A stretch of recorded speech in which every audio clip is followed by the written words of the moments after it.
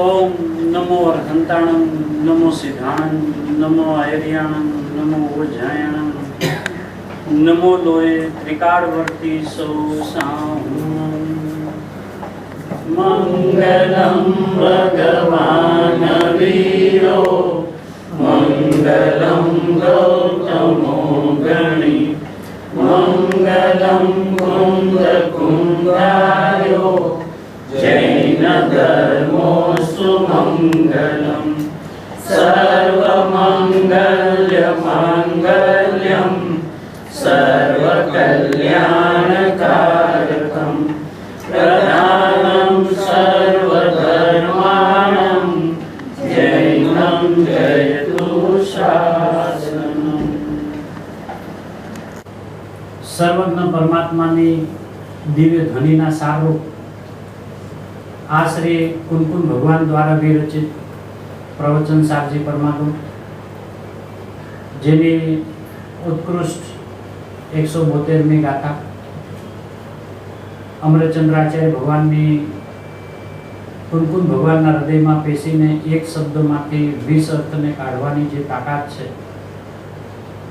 એ કુનકુન ભગવાનનો મૂળ શબ્દ અલિંગ્રહણ, અને એમાંથી અમરચંદ્રાચાર્ય ભગવાને એ એક અલિંગ્રહણ શબ્દની અંદરમાં રહેલા જે ભાવ જે છે એને 20 પ્રકારે ખોલ્યા. ગુરુદેવશ્રીએ એ બંને આચાર્ય ભગવંતોના હૃદયને અત્યંત ઊંડાણથી સ્પષ્ટ કર્યું.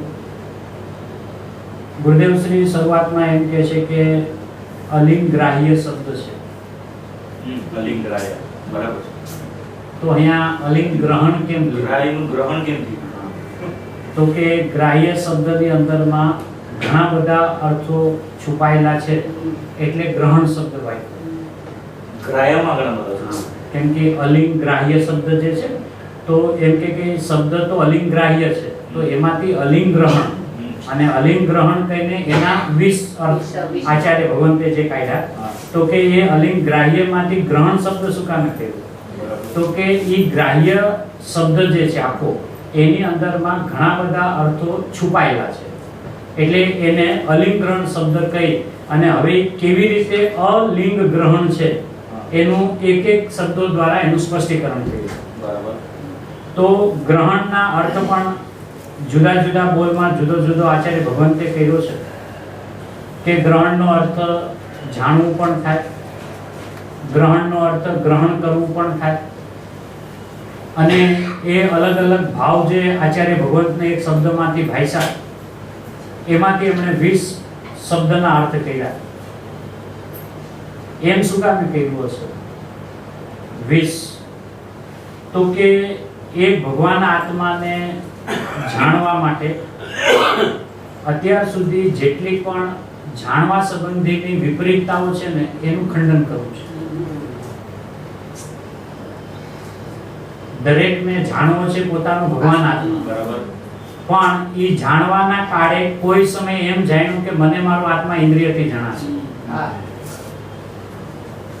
અને આત્માને જાણવાનું સાધન ઇન્દ્રિય છે. એવા અનાદિ કાળના અનંત અભિપ્રાયો પોતા સંબંધીને જાણવા સંબંધીમાં રહી ગયા. બરાબર. એટલે આચાર્ય ભગવંતને ખબર છે કે જે ઇન્દ્રિયથી જણાતો નથી અને ઇન્દ્રિય દ્વારા જેનું જાણવું થતું નથી. પેલા બે બોલ ત્યાંથી ઉપાડે તો કે સાહેબ હવે આ બધી વાત તમે 172માં આવીને શું કામ કરો છો? આટલી બધી સ્થૂળ વાત, તો કે આ સ્થૂળ નથી.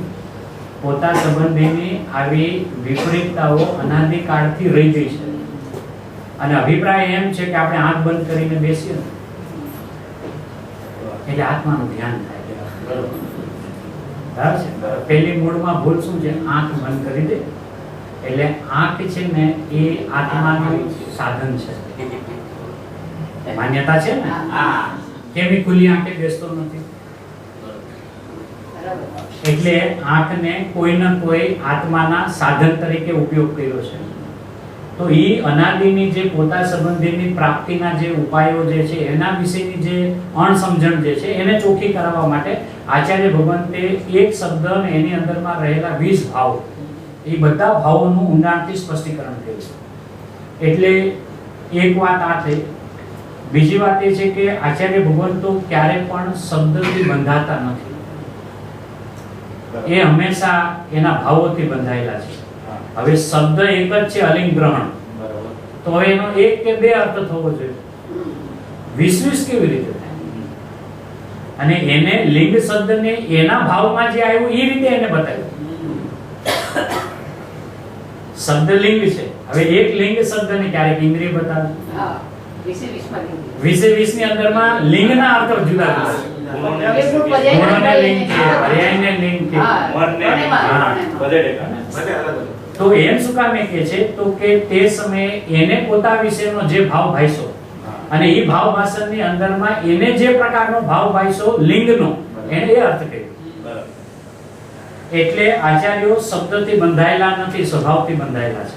બહુ સરસ. એટલે જે સ્વભાવથી બંધાયેલા હોય એ જ એનો આટલો વિસ્તાર કરી શકે. બરાબર. એકલો શબ્દથી બંધાયેલો હોય એની મર્યાદા 2 હોય 3 હોય, 3 માં તો થાકી જાય. પછી તો એને મારી પછડીનો અર્થ કરવા પડે. અને તો અહીંયા લિંગ એટલે શું, ત્યાંથી જે શરૂઆત કરી તો દરેક જગ્યાએ લિંગનો અર્થ અલગ અલગ કર્યો. અને રાગથી ગ્રાહ્ય થતો નથી, ઉપરાગ છે. પેલા ઇન્દ્રિયથી જાણતો નથી ને ઇન્દ્રિયો વડે જણાતો નથી, અનુમાન જ્ઞાનનો વિષય નથી. હે ને, બધા આગળથી એક એક એમ કે જ્યાં 6 સુધી ત્યાં બધા લઈ લીધા. સાતમા ઉપયોગ લઈ લીધો. બરાબર છે. તો એ એક એક વાતને પેલો બહારથી એનો જે પ્રકારની અભિપ્રાય છે એને ચોખ્ખા કરતા કરતા અંદર લઈ આવ્યો. એટલે પેલો ઉપાડ ઇન્દ્રિયથી કર્યો અને છેલ્લો એ છે નાસ્તિકથી કહ્યું. નથી એમ, નથી હા, જાણતી. પણ એ નથી જણાતો એવી નાસ્તિકનો ધર્મ પણ પોતાનો અસ્થિનું ધર્મ છે. અસ્થિનું ધર્મ છે. એ કેવી રીતે? હા, એ કેવી રીતે કે મારું જે જ્ઞાન મને જે થાય છે એ મારા અતિન્દ્રિય જ્ઞાનથી જ થાય છે. બરાબર. એ અસ્થિ છે અને એમાં ઇન્દ્રિય જ્ઞાનથી થાય જ નહીં એવી નાસ્તિ છે. બરાબર. એટલે એક સમયે બંને રહે. સમય એક અને એક સમયમાં અસ્થિ નાસ્તિ બે ધર્મ પકડાય તો જ નિર્વિકલ્પ થાય. બહુ સરસ. નાસ્તિને કાઢી નાખે અને ખાલી અસ્થિને પકડે તો કામ ન થાય. તો અસ્થિનો પક્ષ થાય, અનુભવ ન થાય. બહુ સરસ. કોઈનો પણ એક પક્ષ રહી જાય. પક્ષ થઈ જાય પણ અનુભવ ન થાય. બહુ સરસ. હવે જીવને શું થાય છે કે નાસ્તિનું શું કામ છે? હા. પણ નાસ્તિ મારી અસ્થિ છે, હા. જે મારો અસ્થિનું જ ધર્મ છે. છેલ્લે ભાઈ જ્ઞાનની છુપાયેલું છે. આજે ભાઈ વાત કરી જે છેલ્લે અર્થ વિકલ્પ નહીં, આજે જ્ઞાનની પર્યાયમાં છેલ્લો જે શબ્દ લીધો ને અર્થાવબોધ. અર્થાવબોધ, એમાં એને આખું જગત જણાય છે પણ અનંત પોતાનો આત્મા એના અનંત ગુણોને એની પર્યાયો જગત સાથે એને લઈ લીધી. હા. છેલ્લું પ્રવચનનો છેલ્લો શબ્દ છે, હમ. છેલ્લે 161 પાના ઉપર 161 ઉપર એને પાછું કીધું કે જ્ઞાનની પર્યાયમાં. હા, ના જ્ઞાનની પર્યાય એટલે તમે જેમ કીધું પોતાના અતિન્દ્રિય પોતાને જ્ઞાન. જ્ઞાન કહેવાય. હા, પોતાને જ્ઞાન હા. અને વાચ્ય. હા, શબ્દ કહેતા શબ્દ બ્રહ્મ. શબ્દ બ્રહ્મ અને વાચ્ય. વાચક અને વાચ્ય. હા, ઈ તો ઓલા આત્મા કેવો છે નયનું ના નહીં આ છે ને ઓલું પ્રત્યેક જ્ઞાનનું કારણ છે ને એમાં લીધું છે શબ્દ બ્રહ્મ છે. હા, શબ્દ બ્રહ્મ શબ્દવાચક છે ને ઓલું વાચ્ય છે, આખું જગત જણાય જાય છે. એક શબ્દમાં કેટલી તાકાત? કેટલી તાકાત છે એમાં આત્મા કેટલી? જ્ઞાનની પર્યાયમાં એટલી તાકાત છે એ એમ બતાવો. કેવું હતું? આખું વિશ્વ હા, આખું વિશ્વ. તે બંનેના જ્ઞાતાઓ, હા, સારા લોકાલોકને સત કહેનારું એનું પણ જ્ઞાન જ્ઞેયાકાર રૂપે જણાય છે. એ જ્ઞેયોનું જ્ઞાન અહીંયા જ્ઞેયાકાર જ્ઞાનમાં થાય છે અને વિશ્વ જે જ્ઞેય છે તેનું પણ જ્ઞાનમાં જ્ઞાનાકાર થાય છે. જ્ઞેયાકાર નથી. એટલે એમાં કલાકારી ગયા. કલાકારી છે એ પોતાને જ ઊભો રાખ્યો. જ્ઞાનાકાર નથી કહેતા. હા, એને પોતાને જ ઊભો રાખ્યો. જ્ઞાનથી વિશેષ કંઈ છે જ નહીં. જ્યારે જ્ઞેયોથી વાત કરી તેમ કીધું એ જ્ઞેયોનું જ્ઞાન અહીંયા જ્ઞેયાકાર જ્ઞાનમાં થાય છે અને વિશ્વ જે જ્ઞેય છે તેનું પણ જ્ઞાનમાં જ્ઞાનાકાર થાય છે. બહુ સરસ. એટલે જગતને જ્ઞેયમાં ઊભું રાખ્યું, પોતામાં જ્ઞાનને ઊભું રાખ્યું. હવે કે છે કે પોતામાં જે જ્ઞાન થાય છે એમાં જે આકાર થાય છે એ જ્ઞાનાકાર છે, એ જ્ઞેયોના આકાર નથી. પણ તેમ છતાં એ જ્ઞેયોના આકાર નહીં હોવા છતાં એ જ્ઞેયોનું જે જ્ઞાન થયું એ જ્ઞાનનું જ્ઞાન છે.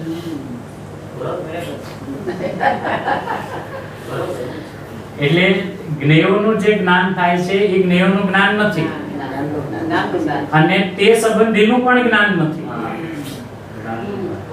કે જીવ બે ભૂલ કરે છે કે એનું નથી પણ એના સંબંધીનું છે, કે એના સંબંધીનું નથી, તો આત્મા સંબંધીનું જ્ઞાન છે. અને એ આત્મા સંબંધીનું જે જ્ઞાન થયું છે એ જ્ઞાનની અંદરમાં જ્ઞેય બે પ્રકારનું, એક સ્વજ્ઞેય એક પરજ્ઞેય. હવે એમાં સ્વજ્ઞેય પણ એ જણાય, પરજ્ઞેય પણ એ જણાય, એવું બંનેનું યુગપદ એક સાથે ઝલકવું થાય એને જ્ઞાન કહેવાય. ત્યારે એનું નામ જ્ઞાન. જ્ઞાન અને એ ભિન્નતાપૂર્વક જણાય છે.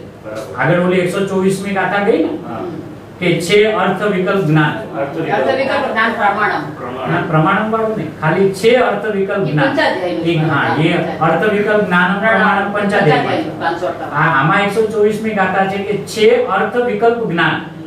એમાં અર્થ કોને કહેવાય અને વિકલ્પ કોને કહેવાય, અને એના બે પ્રકારના ફળ, સૌખ્ય અથવા દુઃખ. એમાં ગુરુદેવે શુદ્ધ અને અશુદ્ધ એવા બે કર્મ, એટલે એવું બે કાર્ય જીવમાં થાય છે એમ બતાવ્યું. અને બંનેનું ફળ તે સમયે તત્ક્ષણ છે. ભવિષ્યમાં ફળ ના આવે એ જ સમય જો એ સ્વભાવનો સ્વીકાર કરે તો તત્કાળ અતિન્દ્રિય આનંદ, ઈ એનું ફળ, ઈ એનું કર્મ, ઈ એનું કાર્ય.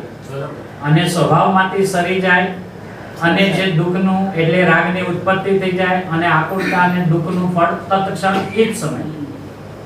તો બંનેનું ફળ તે સમય હોવાને કારણે ભવિષ્યમાં એનું ફળ ભોગવે છે એમ નથી. એ વ્યવહારના ઉદ્દેશો છે કે જીવે પૂર્વે એવા કોઈ ભાવ કર્યા હતા અને એ ભાવનું નિમિત્ત પામીને અત્યારે મનુષ્ય થયો છે એ એમ નથી. અને અત્યારે કાંઈ શું ભાવ કરશે ને એનું ફળ ભવિષ્યમાં જઈને દેવગતિમાં મળશે એમ નથી. એ વ્યવહારના વચનો છે. કેમ એમ નથી? તો કે જેમ આપણું દ્રવ્ય તરીકે હોવાપણું ત્રિકાળ છે, એમ આપણામાં થતું સમય સમયનું પરિણમન પણ ત્રિકાળ છે. બરાબર. એ ત્રિકાળ હોવાને કારણે એટલે એ સમયવર્તી છે એ તે સમયની વાત, પણ સમય પરિણમન છે. તો એ પરિણમન ત્રિકાળ હોવાને કારણે નવા ઉત્પન્ન થતા પરિણામને પૂર્વના પરિણામની અપેક્ષા નથી. સ્વતંત્ર સિદ્ધ થયું. હા. પરિણામ પોતે છે. નિરપેક્ષ છે, એનું ક્ષણિક ઉપાદાન છે. અને ક્ષણિક ઉપાદાન હોવાને કારણે વ્યવહારમાં એમ બોલાય કે ભાઈ આ જીવ મનુષ્ય કેમ થયો, તો કે પૂર્વે એ પ્રકારના ભાવ કર્યા. બોલાને બીજી ખબર નથી. પર્યાય કોને કહેવાય, દ્રવ્ય કોને કહેવાય, સત શું હોય, અસત શું હોય, સાપેક્ષતા શું છે, નિરપેક્ષતા શું છે, એની ખબર નથી. એને એટલી જ ખબર છે કે હું કાંઈક કરું છું ને એનું મને ફળ આવે છે. અને મને જે વર્તમાનમાં ફળ આવે છે કોઈ દી વર્તમાનનું ન હોય, ભૂતનું હોય. એવું માને છે. એવું માને છે. કારણ કે અત્યારે કોઈ પણ મુમુક્ષુને આપણે પૂછીએ કે આપણે આ જૈન ધર્મ મળ્યો શેને લઈને, આપણે પૂર્વના પુણ્યને લઈને. પૂર્વના સંસ્કાર. ના, પૂર્વના પુણ્યને લઈને. બરાબર છે. તો હવે એ વર્તમાનમાં પ્રગટ થતી પર્યાયનો સતપણાનો એને અસ્વીકાર છે. પર્યાયની યોગ્યતા હિસાબે આવશે. હે? નહીં આવે ને. નહીં આવે. કારણ કે પરિણામની યોગ્યતા શું છે કે શુભાશુભ ભાવ રૂપે પરિણામવું એ પર્યાયની યોગ્યતા જ નથી. બરાબર. એ સત છે. ના, સત છે એટલે એવી સત નથી. નિરપેક્ષ છે. ના, એટલે આપણે બીજું લેવું છે કે પરિણામની જે યોગ્યતા જે છે એ યોગ્યતામાં એમ લે છે કે શુભાશુભ ભાવ પણ જે થાય છે યોગ્યતા અનુસાર થાય છે, એમ નથી. એક યોગ્યતા બની કેવી રીતે? આપણે જો એ લે કે ખરેખર એ દ્રવ્ય એમાં ક્રમબદ્ધ ઉતારો છો? ના, સ્વભાવ ઉતારી છે. સ્વભાવ. ના, ના, એટલે હા, ખ્યાલ આવે ને, જરૂરી છે. કેમ કે યોગ્યતા શબ્દ ક્યારે પ્રયોગ કરવામાં આવે એ પણ સમજવા જેવું છે. અને યોગ્યતા શબ્દનો અર્થ પણ બે પ્રકારે થાય છે એ પણ સમજવા યોગ્ય છે. કે જેવો વસ્તુનો સ્વભાવ એવું એનું જે પરિણમન એને યોગ્ય કહેવાય. એને યોગ્ય હોય એ જ. એ જ એટલે દ્રવ્ય સ્વભાવે હું જ્ઞાયક અને પરિણમન મારું જ્ઞાયકનું, તો જ એને યોગ્યતારૂપ થયેલા પરિણામ કહેવાય. હવે ન્યાય યોગ્યતા શું કામે કે જેવો સ્વભાવ છે એવું જ પરિણામ ઈ યોગ્ય છે. તા શબ્દ જે છે ને તન્મયતા વાળું છે કે ઈ જે મને જ્ઞાનના પરિણામ હું જ્ઞાયક ભાવે છું એમ જે પરિણમન થયું ઈ સમયે એમાં મારી તે પ્રકારની તન્મયતા હતી. પરિણામની પરિણામમાં તન્મયતા હતી. તો એવું જે મારું પરિણમન થયું તન્મયતા પૂર્વકનું ઈ યોગ્ય છે, એને યોગ્યતા કહેવાય. બરાબર. એટલે જડ સ્વભાવ જડ ભાવે પરિણમે ઈ પરિણામની જેમ યોગ્યતા છે. પણ હવે એને યોગ્યતા શબ્દ ન વાપરતા એને સ્વભાવ કીધો. આજે જડ ભાવે પરિણમે તો કોઈ કહેતું નથી કે એની યોગ્યતા રૂપે પરિણમે છે. ચેતન જ્યારે ચેતન ભાવે પરિણમતો હોય તો એમ ક્યારે કોઈ કહેતું નથી કે આ એની યોગ્યતા રૂપે પરિણમે છે. ત્યારે હંમેશા એમ કે આ એના સ્વભાવે પરિણમે છે અને ચેતન ચેતનના સ્વભાવ. તો ન્યાય યોગ્યતા શબ્દ નથી આવતો. યોગ્યતા શબ્દ ત્યારે જ જ્ઞાનીઓને વાપરવો પડે કે જ્યારે સ્વભાવથી વિરુદ્ધ પ્રકારનું પરિણમન થયું હોય અને ઈ પરિણમનને વિશેષ આકુળતા જીવને ન થાય અને ઈ પરિણામ જે થયા છે એમાં પરદ્રવ્ય એનું કારણ નથી, કર્મના ઉદય એનું કારણ નથી, સંયોગો એનું કારણ નથી. એ તો તે સમયની યોગ્યતાથી થયેલા પરિણામ છે એમ માત્ર સમાધાન માટે છે.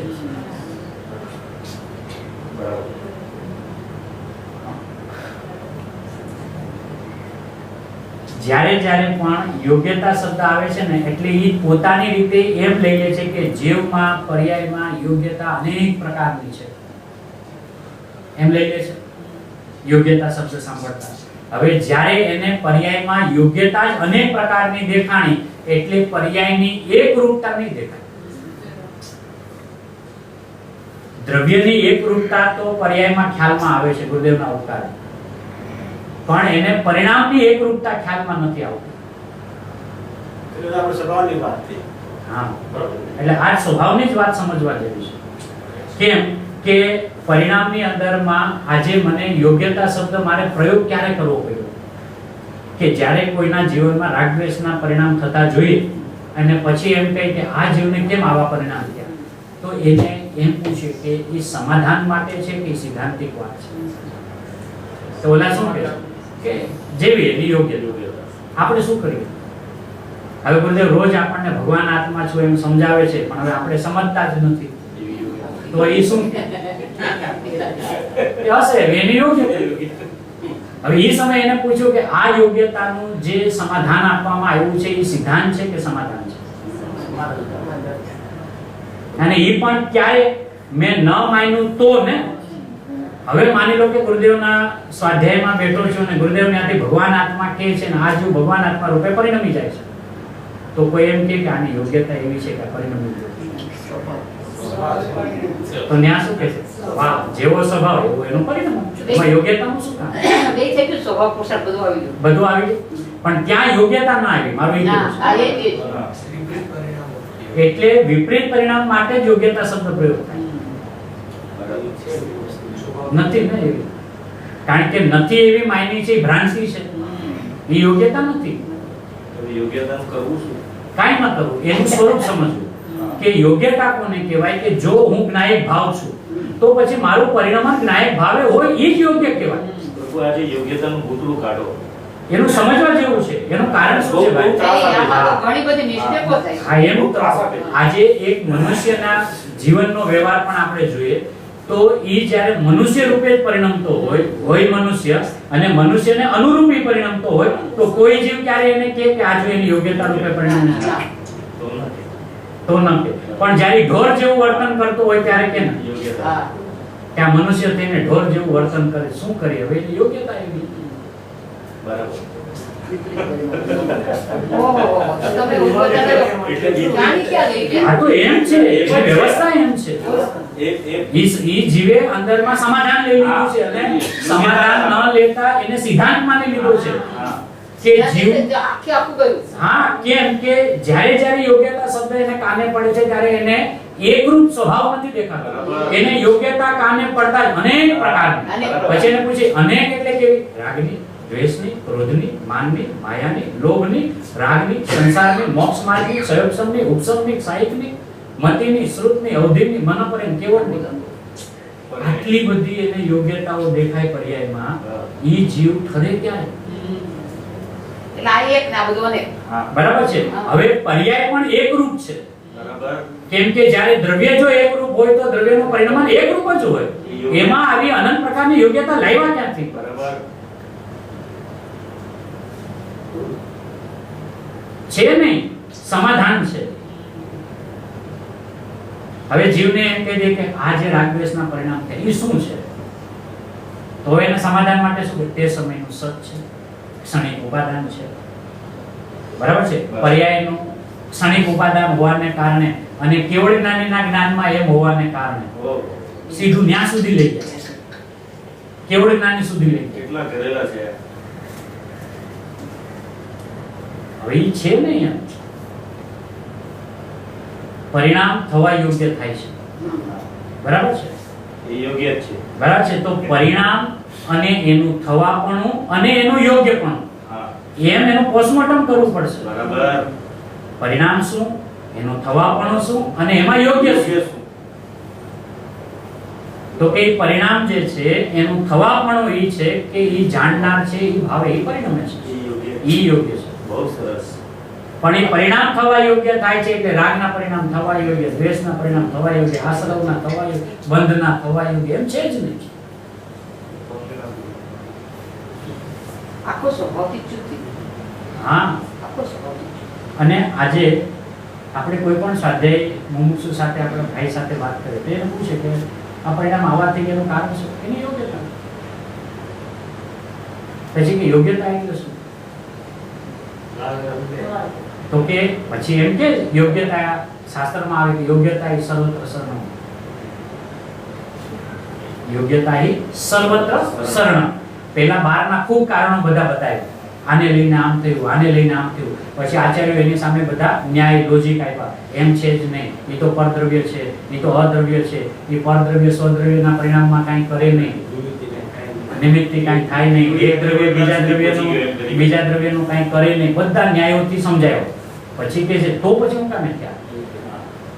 જ્યારે પરદ્રવ્ય ન કરાવ્યા, કર્મના ઉદયથી ન થયા, અન્ય દ્રવ્ય નથી કરાવતું, મારા દ્રવ્ય ગુણમાં નથી, તો આ શું કામે થયા? તો કે ખાલી યોગ્ય.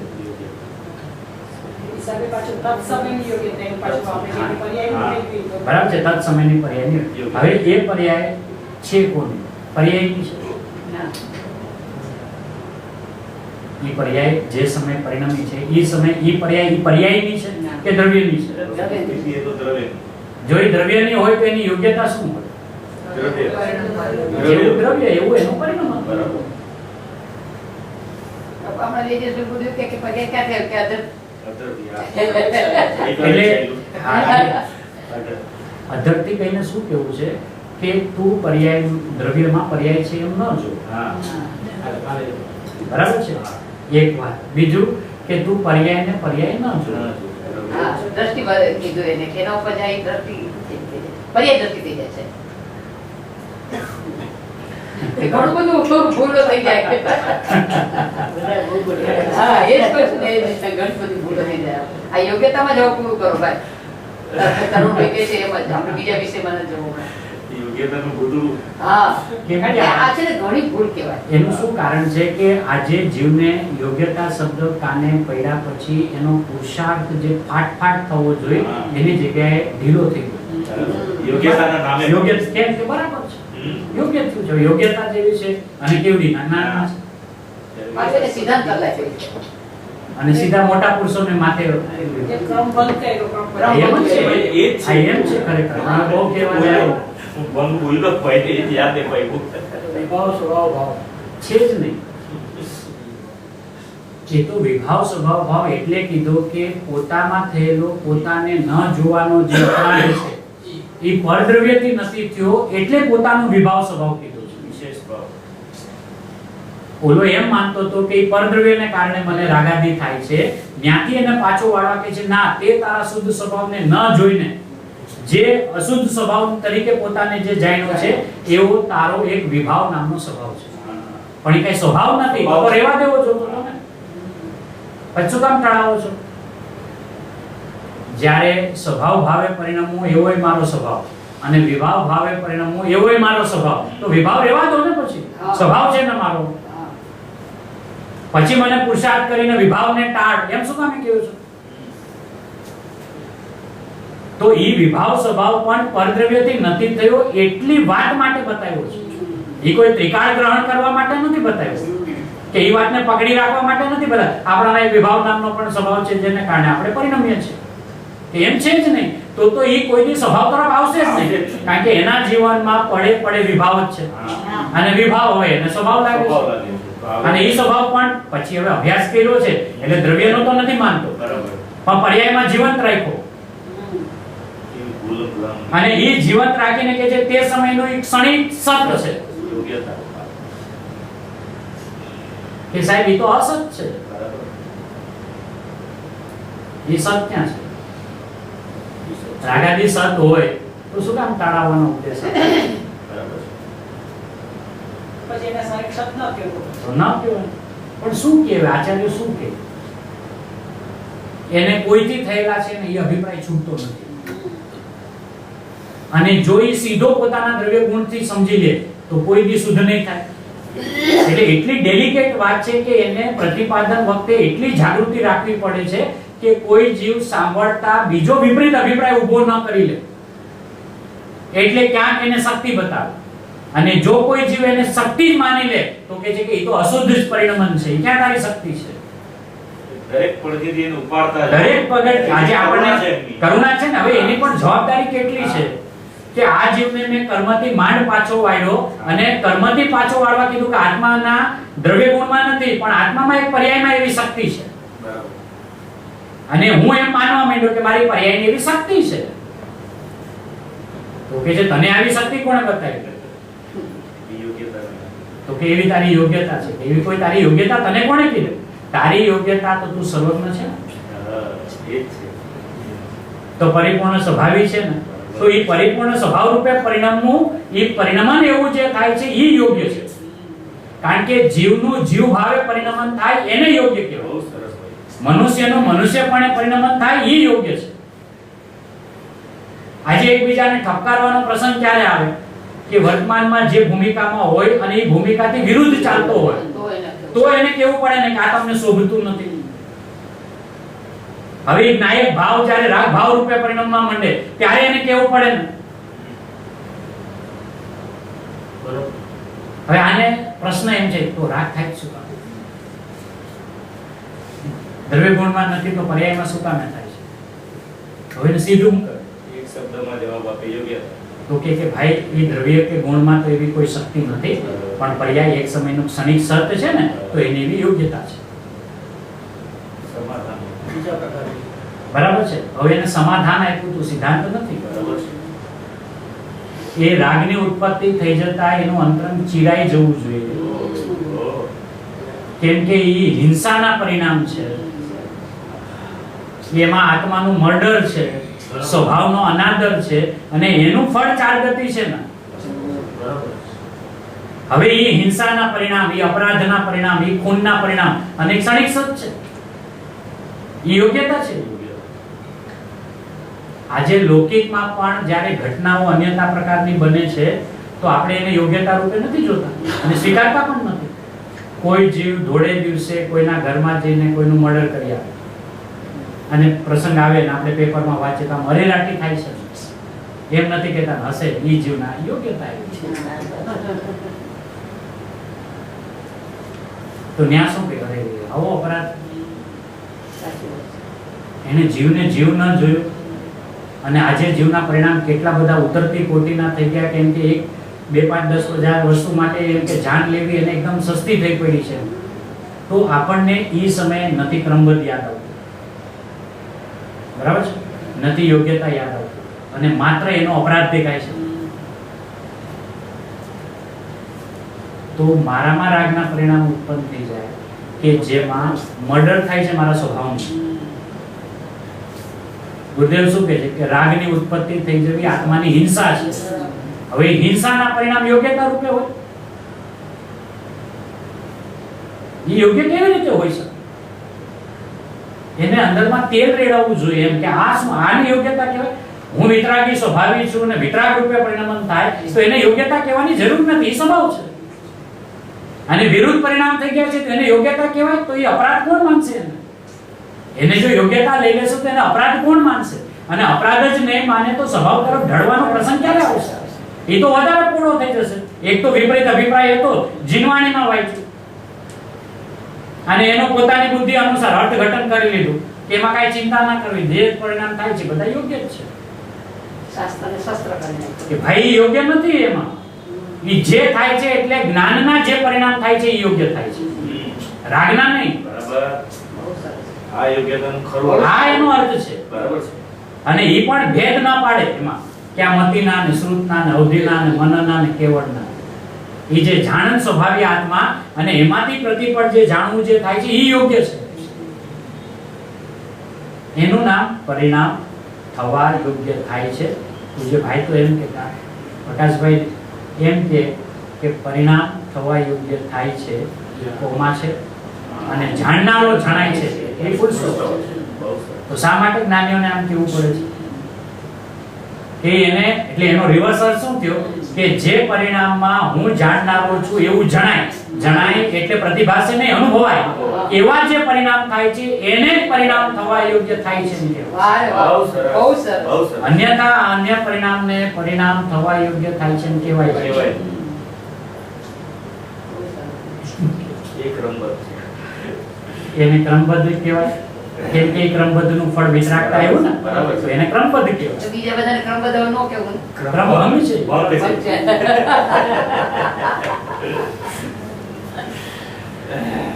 ન્યાયથી કદાચ એ વાત સીધી આપણને શાસ્ત્રમાંથી કે ગુરુદેવના પ્રવચનમાંથી સીધી વાંચવા ન પણ મળે, પણ આજે ગુરુદેવના ઉપકારે આપણા બધાનું જ્ઞાન એ પ્રકારનું હવે તૈયાર થઈ જવું જોઈએ કે શબ્દને કાંઈક લેખા, જેમ આમાં શબ્દ તો અલિંગ ગ્રાહ્ય છે, હા, બસ. ભાવ આચાર્ય 20 કાઢ્યા છે. તો એ આચાર્યના જ્ઞાનની અંતરંગની અનુભૂતિની મસ્તી છે ને, હા. કે ભાઈ મને તો એ જે લિંગ શબ્દ છે ને એમાં મને જે ભાવ છે એટલે મને જે ભાવમાં આવશે ને એ હું કહીશ બરાબર. કે સાહેબ લિંગનો તો એક જ અર્થ થાય. એના શબ્દનો અર્થ હું નથી કરતો, હું ભાવનો અર્થ કરું છું. પછી ભલે ને ક્રમબદ્ધ હોય.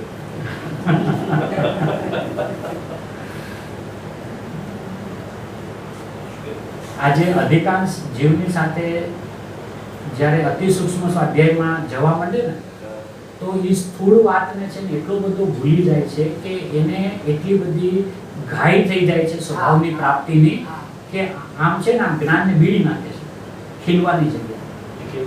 એટલે શું એમ કે બીજી બધી વાત જવા દો, એ બધી વાત જવા દો, હવે તો ભૂખ ના વાત તો સાચી છે, હું ના એ શું સમજીને આવ્યો છે ને એટલે પછી એટલો છે. હવે એ જો સમજીને આવ્યો હોય એ કેવી રીતે ભીડે શા માટે છે? એટલે ભીડે છે એટલા માટે કે જે કામની વસ્તુ છે પ્રયોજનભૂત એનું એ દુર્લક્ષ કરે છે અને એની એ ઊંડી મીમાંસા નથી કરતો અને ખાલી શબ્દને ધારણામાં ગ્રહી અને એનો અર્થ અમને ખબર છે એવું સમજીને એ આગળ વધે છે.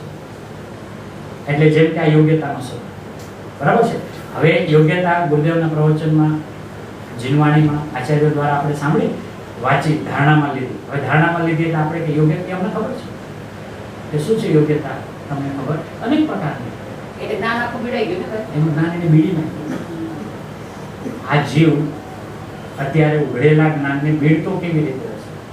જે જીવ નીચે જાય છે, કર્મ જેને લઈ નથી જતા, એ કેવી રીતે જતો હશે? એના વર્તમાન જ્ઞાનના ઉઘડેલા જ્ઞાનમાં એ જવા દો, એ મને ખબર છે. ગુરુદેવ કહે છે કે જૈન દર્શનનો એક સિદ્ધાંત એને જો યથાર્થ બેઠો હોય ને તો સીધો અનુભૂતિ હોય, પછી કોઈ પણ સિદ્ધાંત. હવે યોગ્યતામાં શું લે તો સીધી અનેક પ્રકાર. શું કામ અનેક પ્રકાર એને દેખાણા ખબર છે કે એને વર્તમાનમાં હું રાગી છું ને એ શલ્ય નીકળતું જ નથી, એટલે એ રાગને જીવંત રાખવા કે છે અનેક પ્રકારની છે. એનો પડઘો છે. નહીતર એને દ્રવ્ય સ્વભાવ કેમ અનેક પ્રકારનો નથી દેખાતો અને પરિણમન સ્વભાવ જ અનેક પ્રકારનો શું કામ દેખાય છે? અને જે પરિણમન દ્રવ્યનું છે અને દ્રવ્ય એકરૂપ અને પરિણમન અનેક પ્રકારનું, આ લાવ્યા ક્યાંથી? તો એનો મતલબ કે એની ભેદ દ્રષ્ટિ છે કે છે ને એ છે જ નહીં. હવે ઈ જે છે ઈ છે જ નહીં એમ લાગતું નથી કે મતિશ્રુત જ્ઞાન. અત્યારે કયું જ્ઞાન છે આપણને?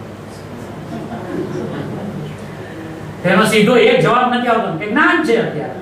નહીં તો બરાબર છે, પણ કયું છે? કયું છે કે છે જ નહીં, બીજું એક જ જ્ઞાન છે. પણ નહીં મતિશ્રુત છે, આપણે કેવળ તો છે અને મન પરે ન ઉદિતો અને ભગવાન તો ના હોય. ભાઈ એક રૂપ જ્ઞાન હજી નથી દેખાતું, એ એક નાયકને પકડશે કેવી રીતે? હવે જેને દ્રવ્યનું એકપણું દેખાય, અનંત ગુણોનું એકરૂપપણું દેખાય અને પ્રગટ થતી પર્યાયોનું એકરૂપપણું દેખાય તો દ્રષ્ટિ જામે ને. હવે દ્રષ્ટિ નથી જામતી એનું કારણ બીજું કઈ નથી, એનું કારણ આ છે કે પોતાના પરિણામની ઊંધાઈ. એ ઊંધાઈમાં એમ બધી વાત લે છે. આ તો આપણને ખબર છે પરિણામમાં યોગ્યતા અનેક પ્રકારની છે. ભાઈ ખબર છે એને મારી નાખે છે.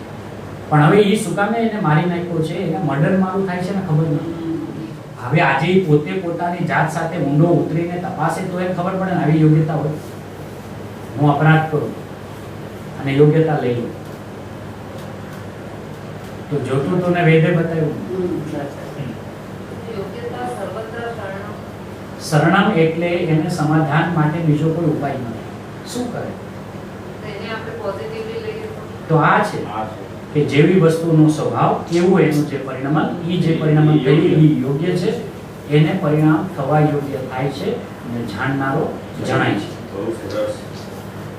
કારણ કે હું જાણનાર છું એવું મને જે જણાય છે એ પરિણામમાં જણાય છે અને એ પરિણામમાં જે જણાય છે એ જાણનાર જે છે એ હું છું, એવું યોગ્ય છે. એક્ચ્યુઅલી યોગ્યતા છે. યોગ્યતા તો આ છે, બાકી વિસ્તાર છે. સમાધાન એટલે જ યોગ્યતા સર્વત્ર શરણમ.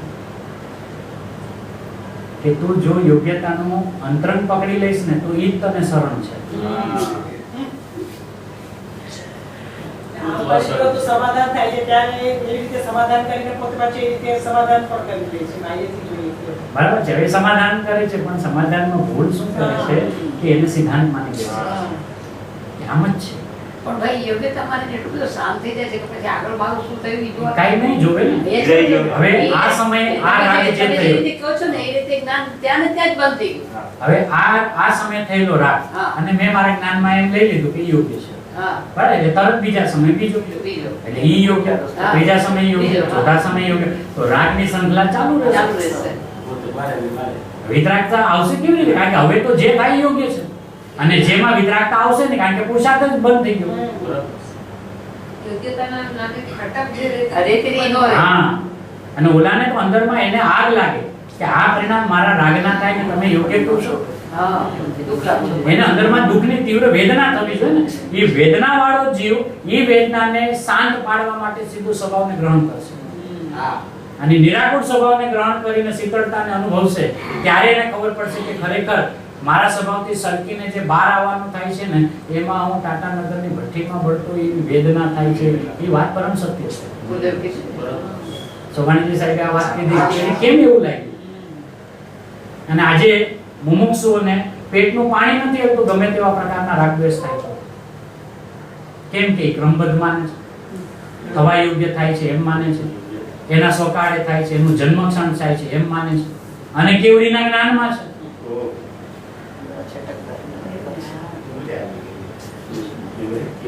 કેટલા જણાની વિરાધના, કેટલા જણાની એક સાથે વિરાધના. આ બોમ્બ બ્લાસ્ટ છે. ઈ જેમ કોઈ બોમ્બર હોય ને, ઈ એક બોમ્બ ફેંકે ને તો એને ઈ જે હજારો લાખો જીવોનું પાપ લાગે છે. બોમ્બ તો એને એક જ ફોડ્યો છે. આ અનંત જ્ઞાનીઓની વિરાધના, અને મોટા મોટા પુરુષોને લઈ આવ્યા, ત્યાં ઉભી લઈ ગયો. એના રાગને પોષવા સર્વજ્ઞને આગળ કર્યા. ઘરમાં છે ને, ઘરમાં આપણો દીકરો ન માને ને આપણો, એટલે અધિકાંશ તો પપ્પા રહેવા ઓછા પ્રસંગ બને, મમ્મી વાળે બનતા. એટલે કે ભાઈ એને એના દીકરા પાસે કામ કરાવવું હોય અને એને ખબર છે કે હું કહીશ તો આ નીચે નહીં જાય, એટલે તરત શું કે તારા પપ્પાએ કીધું છે. બરાબર. એટલે એ શું કહે તારા પપ્પાએ કીધું છે તું જઈના નીચેથી વસ્તુ લઈ આવ. ઓલો પપ્પાનો વિવેક હતો, બહુમાન હતું અથવા ડર હતો, જે હતું એ જઈને લઈ આવ્યો. લઈને આવ્યો પછી કીધું પપ્પા તમે કીધું કે લઈ આવ્યો. મેં ક્યારે કીધું?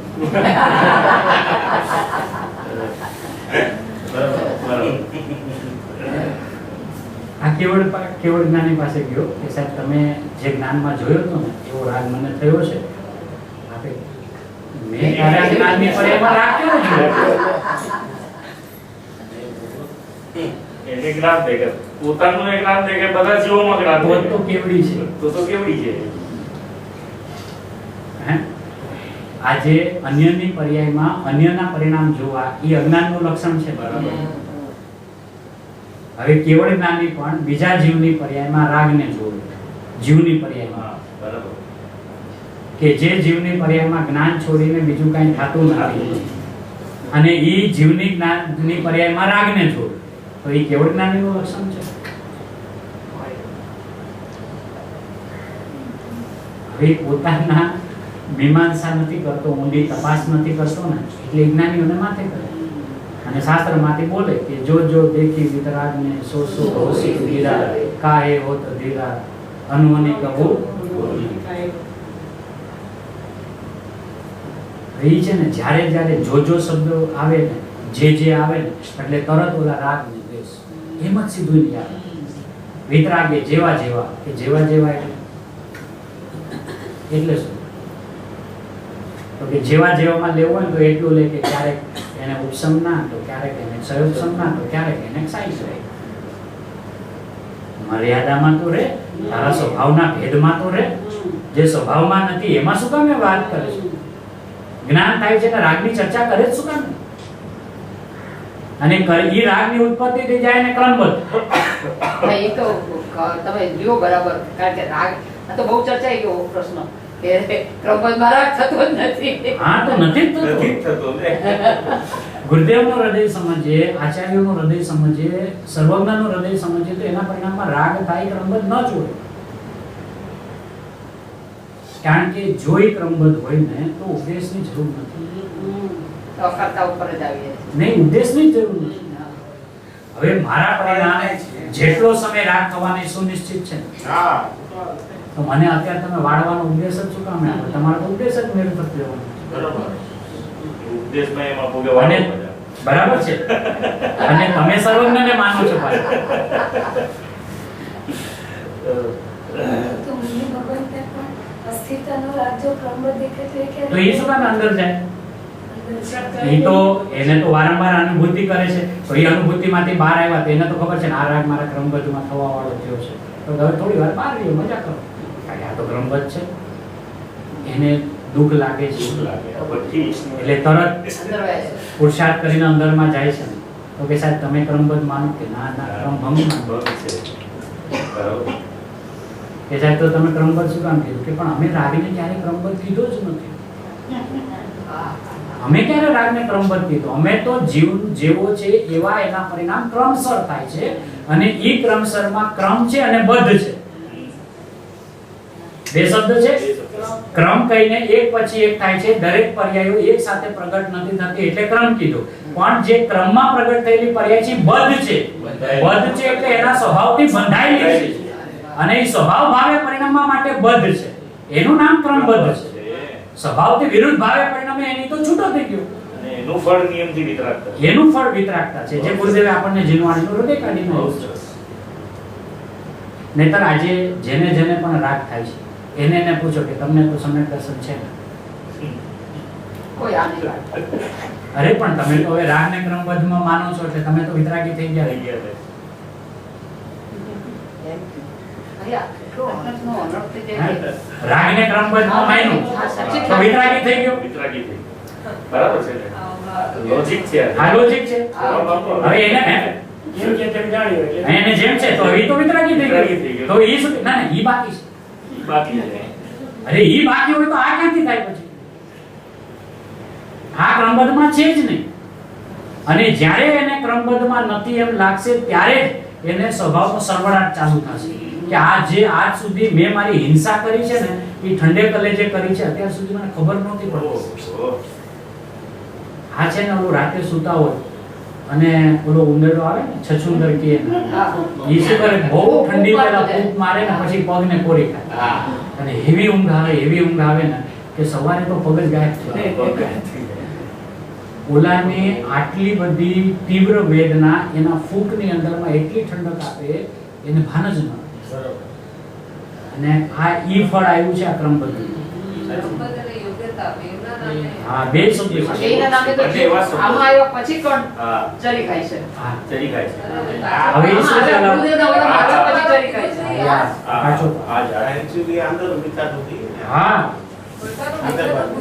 કેમ કે આજે ગુરુદેવે આપણને જે સ્વભાવ બતાવ્યો છે, તો ગુરુદેવે શાસ્ત્ર સમુદ્રને વલોવણ કર્યું ને, અને એનું વલોવણ કર્યું છે એને સ્વભાવમાં બેસીને, ત્યારે એને અંદરમાંથી આ બધા ન્યાયો આવ્યા છે. અને ત્યારે દાંડી પીટીને આજે ઈ મક્કમતાથી વજ્રની જેમ ચર્ચા જગતની સામે શું કામે કરે છે કે ભાઈ તું માન કે ન માન, પણ વસ્તુ તો આમ જ છે. તો આજે આપણને ઈ શું થયું છે ખબર છે? ઓલી વિતરાગતાના નામે, ઓલા કેવળ જ્ઞાનીના જ્ઞાનના નામે ફૂંક મારતો જાય છે. પોતાનું વાંચન છે ને જીનવાની, એ ફૂંક મારે છે ને પોતાને છે ને કાપી નાખે. એ પણ પાછું એમાં સંતોષ કેટલો માની લે. એનું નામ ફૂંક માર્યું. હા, એનું નામ હવે ફૂંક માર્યું ને એટલે હવે એને હળવાશ થઈ ગઈ. હા. ઓલો જ્યારે ફૂંક મારે ને એટલે ઓલાના મીઠી ઊંઘ આવે ને, હા. આને ફૂંક મારી શું સર્વજ્ઞાનના જ્ઞાનમાં આટલું એમ થયું. અને હવે એને પોતાના આત્માને મર્ડર કર્યો. હવે જાગે ત્યારે એને ખબર પડે કે અરે રે આ તો મગજ વયું ગયું આ ત્યાં. ત્યારે બળતરા થાય. ત્યારે એને જે બળતરા થાય ત્યારે ખબર પડે કે આ મેં જેને ક્રમબદ્ધ લીધેલું આ તો ક્રમભંગ હતું. મેં જેને યોગ્યતા કીધેલી આ યોગ્યતામાં આ નહોતું. મારા સ્વભાવના પરિણામ યોગ્યતામાં લેવાના હતા. અને આ યોગ્યતા તો મને શાંત પાડવા માટે આપેલું સમાધાન છે. બરોબર. બહુ સરસ. અચ્છા, હવે બીજા ન્યાયથી વિચાર કરીએ કે ભવિષ્યમાં જેને જેને રાગાદી થવાના છે ઈ ન્યાયથી વિચાર કરીએ. એનો ઈ રાગ અત્યારે ક્યાં પડ્યો છે?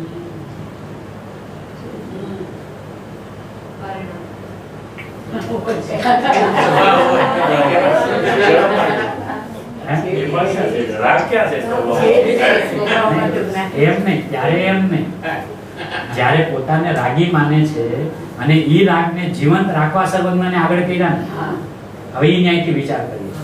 હવે એને એમ પૂછે કે પ્રભુ સર્વજ્ઞ બધું જાણે છે ને, કે તમને ભવિષ્યમાં હજી કેટલા કેટલા પ્રકારના રાગ થવાના છે, તો ઈ તમારો ભવિષ્યમાં થનારો રાગ વર્તમાનમાં ક્યાં પડ્યો છે ઈ કયો ખાલી.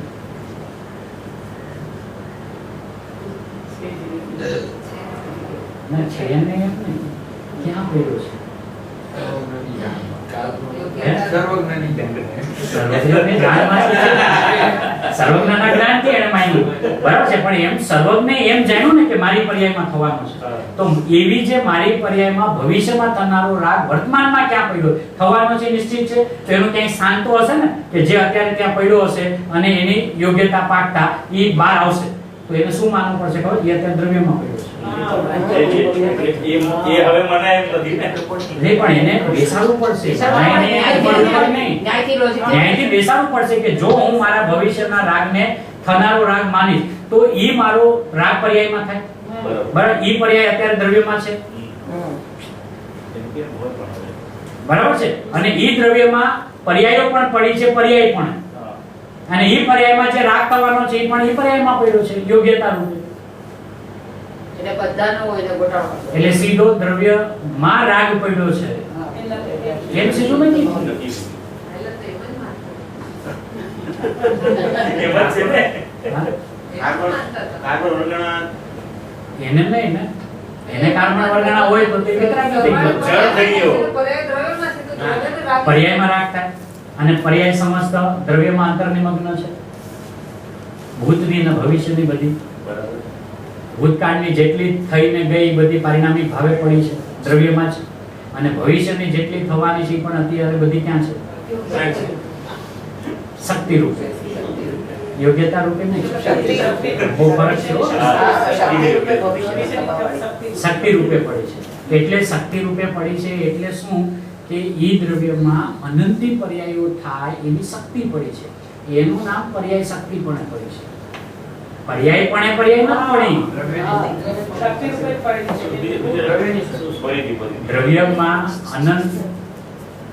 દ્રવ્યમાં અનંતી પર્યાયો થવાની શક્તિ પડી છે. બરાબર. કેમ કે દ્રવ્યનો સ્વભાવ જ એવો છે કે એકરૂપ કાયમ ટકે અને પરિણમે. બરાબર. તો જેટલું પણ ભવિષ્યનું પરિણમન થવાનું છે એવી શક્તિ દ્રવ્યમાં પડી છે, પર્યાય દ્રવ્યમાં નથી પડી. હા, જેમ કે સમુદ્ર છે તો સમુદ્રમાં અનંતકાળ સુધી મોજા થયા જ કરે એવી શક્તિ પડી છે, મોજાઓ અંદર નથી પડ્યા. એ તો જ્યારે પ્રગટ થશે ત્યારે એનું નામ મોજા થશે, એનું નામ શક્તિ. એ હું કરે છે, શક્તિની બાને યોગ્યતા લઈ લે છે કે ભવિષ્યની મારી જે રાગવાળી પર્યાયો પ્રગટ થવાની છે એ અત્યારે ક્યાં પડી છે, ક્યાં પડી છે? તો એને દ્રવ્યને રાગી માનવું પડે ને, બીજો ઉપાય નથી. ન્યાયથી સમજવું પડશે. નથી એ વાત જુદી છે, પણ એના પોતાના જ્ઞાનમાં તો એને પોતાના પુરુષાર્થથી ખ્યાલમાં આવવું જોઈએ ને. નહીં તો જીનવાણી વાંચીને જવાબ આવશે તો એ જવાબ બીજે દિવસે કોતરાઈ જશે. આમ સમજીને એને અંદર ખળભળાટ થવો એને એમ થવું જોઈએ, એટલે જો હું હું રાગી, હા મારું દ્રવ્ય તો એનો મતલબ એમ થયો કે મારું રાગ મારો ભવિષ્યનો રાગ અત્યારે મારા દ્રવ્યમાં પડી ગયો દ્રવ્યમાં પડ્યું છે એટલે મારું ભવિષ્યમાં મારું દ્રવ્ય જળ છે એમ. તો સીધોને પણ આજ્ઞા હું રાગી છે એવું થઈ હે? ગયું સીધું હમણાં. સીધું ભગવાન અમે પણ રાગ પડ્યા હોય. પણ હવે એને તો ઈ ના પાડે છે કેમ કે એટલી તો એ વિવેકવાન થઈ ગયો છે કે એને તો છે જ. પણ એને નથી એવું કેનારાને છે. હા એના છે. ઈ જ મોટી ઊંધાઈ છે. હા. આ ભવિષ્યમાં થનારો રાગ છે ક્યાં? એનો પ્રશ્ન થવો જોઈએ ને. ના, એ પ્રશ્ન ભવિષ્યમાં પણ મારો એ પ્રશ્ન છે કે એને અંદરથી એનો અભ્યાસ શું જવાબ આપે છે એમ. બરાબર.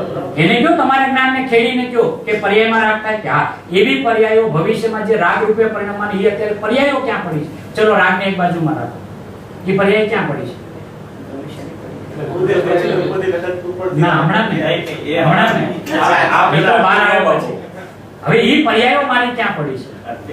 ભૂતકાળની બોલો કે ભવિષ્યની બોલો? ચાલો. ભૂતકાળની તો વૈદિક, હવે ઈ ભૂતકાળની ચર્ચા ઈ તો ખાલી સર્વજ્ઞને શું કામ યાદ કરે છે કે અત્યારે જે મને થયો ઈ અને હજી જેટલું થશે ઈ બધું આના જ્ઞાનમાં છે. હા. કોના? એના જ્ઞાનમાં છે. એના જ્ઞાન. બહુ સારું. પ્રભુ એને પૂછ્યું કે હા. ઈ કે મારે એનું નક્કી કરવાનું છે તો કે તું તારી બુદ્ધિથી એનું નક્કી કરીશ કે એના જ્ઞાનથી તારું નક્કી કરીશ? હા. હવે આને આ તો એકદમ ભાઈ સીધો સાદો જવાબ છે કે અત્યારે હું રાગી છું અને ભવિષ્યમાં આજે મારે 4 ભવ છે હમ. અને જેટલો રાગ થવાનો એ મારો રાગ ક્યાં પડ્યો છે? કારણ કે હોય ઈ થાય, હોવો તો જોઈએ. અને જો પહેલેથી કહી દો કે છે જ નહીં તો રાગની ચર્ચા બંધ કરો. તમે તો ટેન્શનમાં નાખી દીધું ભાઈ. નહીં, એને વિચાર છે ને ભાઈ, વિચાર છે તો પોતાનો જ્ઞાન જવાબ આપશે. ઈ ખાલી અધર કીધા કરે કે નહીં તો અધર, ત્યારે અધર નથી થતો. હા. જ્ઞાનમાં એને બરાબર પંપોડી લે, પોતાના જ્ઞાનને નીચોવી લે અને સ્વભાવની અંદરમાં જોઈને કે મારી વર્તમાન પર્યાયો જ્યારે દ્રવ્યમાં નથી, ભૂતની પર્યાયો દ્રવ્યમાં નથી, ભવિષ્યની પર્યાયો તરીકે જ્યારે દ્રવ્યમાં નથી, આ રાગ અત્યારે ક્યાં પડ્યો છે? જ્યારે પર્યાય જ નથી, પર્યાય પણ પડી તો પર્યાયમાં થનારો રાગ ઈ ક્યાં પડ્યો છે? હવે રાગને ગોતવું કે ને ભાઈ જો રાગની અંદર લે પર્યાયને ગોત પછી રાગ કહેવાય. નહીં ભાઈ જો રાગની હવે મને વિચાર હમણાં આવ્યો કે રાગને જો એ અંદર લે વોટેવર કોઈ પણ તો ઈ જ્ઞાન શરીર લે ક્યાં પછી? એટલે એને દ્રવ્યને રાગી હા, માં કારણ કે આખો જે જ્ઞાન શરીર જ્ઞાન સ્વભાવી જે આપણે કહીએ છીએ ઈ રહ્યો ને. ઈ નો રહ્યો ને. બરાબર છે. હવે તમે જે રીતે લ્યો છો એ રીતે તો ઈ ખંડન થઈ ગયું ને જ્ઞાન પણ સ્વભાવ. આજે આચાર્યોને ગુરુદેવ આપણને આ શીખડાવ્યું કે વસ્તુ જે છે અનંત શક્તિથી, શુદ્ધ શક્તિથી ભરેલી ભરેલી છે. હવે ઈ શુદ્ધ શક્તિઓનું સમયનું પરિણમન છે. હવે ઈ શક્તિઓને દ્રવ્યની સાથે અભેદ કરો તો એમ કહેવાય કે દ્રવ્યનું પરિણમન છે, પણ ખરેખર તો ઈ ગુણોનું પરિણમન છે. હા. બરાબર છે. અને ગુણો બધા ત્રિકાળ શુદ્ધ છે. હા. હવે ત્રિકાળ શુદ્ધમાંથી થનારી પર્યાયો શુદ્ધ જ જ્યારે ગુણમાં પણ પર્યાય પણ નથી પડી, શક્તિ પણ પડી છે, બહુ રાગ ક્યાંથી આવ્યો એમાં? બહુ સરસ. તો લાવ્યો ક્યાંથી? આવ્યો ક્યાંથી? એટલે પ્રગટમાં વિતરાગતાનું પિંડ તો છે. હા, એ તો એ જ કર. એ જ કરવું છે. ન્યાયથી, લોજિકથી વસ્તુને સમજવી તો પડશે ને. પણ ભાઈ હવે રાગનું કરવું શું? ક્યાં છે? પ્રશ્ન એ છે કે રાગને ગોતે તો એને વિતરાગતા હાથમાં આવે. વાહ રે વાહ.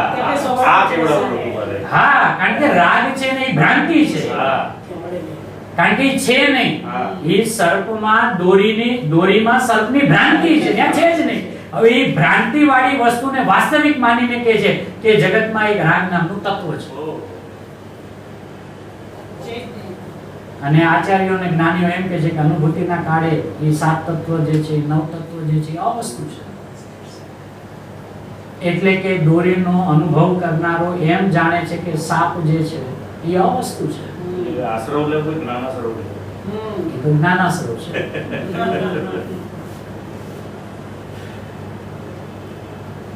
એ ભ્રાંતિ છે. સમયે સમયે જન્મ તો જ્ઞાનનો જ થાય છે, પણ પછી આજે થાય છે એ તો બધું ઉપાધિ વધારે હોય છે. એ છે ને હવે પણ એને ઉપાધિ ભાવ પણ કેવા જેવા બહુ સરસ.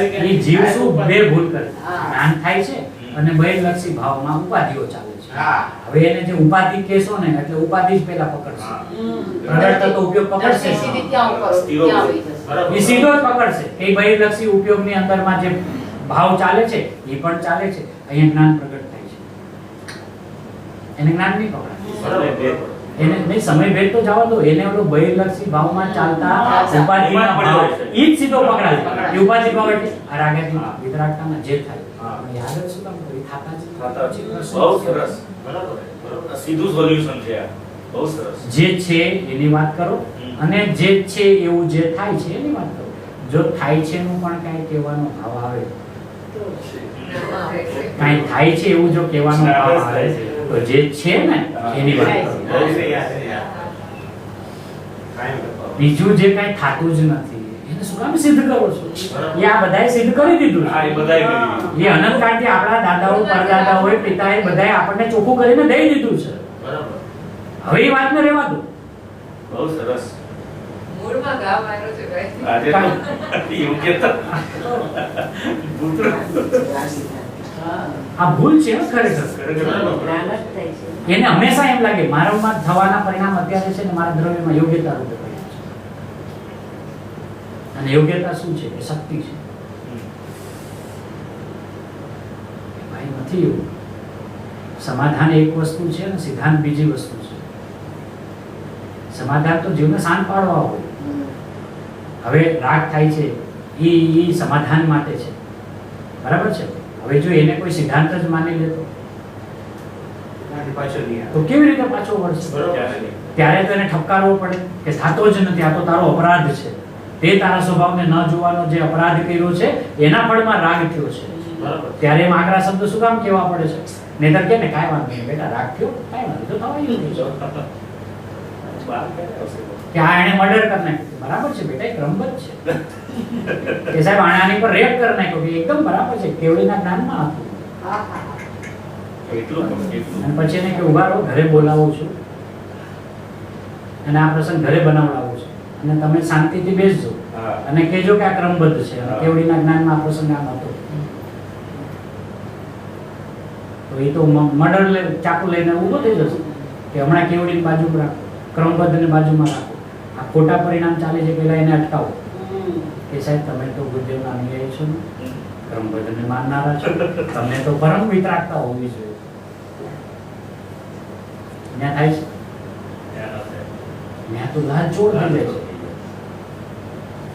અને બીજી વાત કે જ્યારે જ્યારે પણ કોઈ પણ જીવ જ્યારે એના પરિણામની અંદરમાં એને આકુરતા થાય અને એને જે સમાધાન આપે અને સમાધાનના કાળે એ જ્યારે કોઈ કાં તો આપે અને કાં પોતાની મેળે જીનવાણી વાંચીને સમાધાન લઈ લેતો હોય અંદરમાંથી કે અરે શું કામ આટલો ક્રોધ કરો છો, આ તો થવા યોગ્ય પરિણામ હતા, ક્રમબદ્ધ હતા, કેવડીના જ્ઞાનમાં હતા, એવું એને સમાધાન લીધા પછી પણ એને પૂછો કે તમને ઊંડે ઊંડે આકુરતા વેડાય છે? આ સમાધાન લીધા પછી પણ નિરાકુરતા ના આવી. શું કામ ના આવી ખબર છે?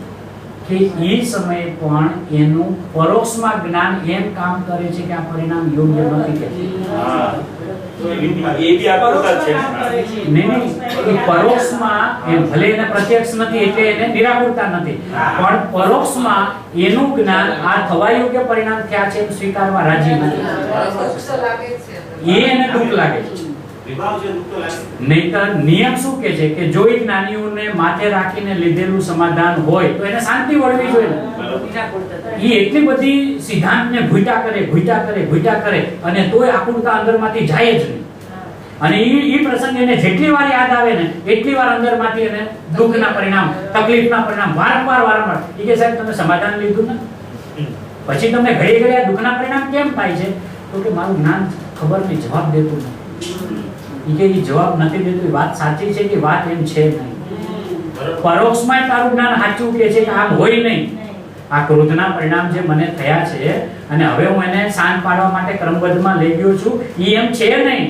ઈ તો મેં મારા સ્વભાવનો અપરાધ કર્યો છે ત્યારે આ થયા છે. એટલે પરોક્ષમાં એનું જ્ઞાન જવાબ નથી આપતું ને એટલે એને આકુરતાનું વેદન ધારાવાહિક ચાલે છે.